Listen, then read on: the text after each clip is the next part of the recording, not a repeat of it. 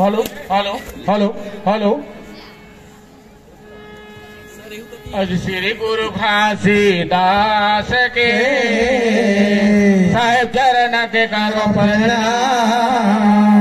श्रोता मंडली प्रेम से साहेब सब कई हो सतनाम। आज सब कई हो सतनाम होता है सकल काल में, होता है सकल काल में। बार बार सब प्रेम से बोलो सतनाम साहेब। पूजा बाबा घासीदास की ए प्रथम कानून मंत्री बने रचे संविधान। बाबा रचे संविधान सोने के चिड़ैया छत्तीसगढ़ माँ कैसे करे तय महान। सोने के चिड़ैया छत्तीसगढ़ माँ प्रथम कानून मंत्री बने रचे संविधान। बाबा रचे संविधान सोने के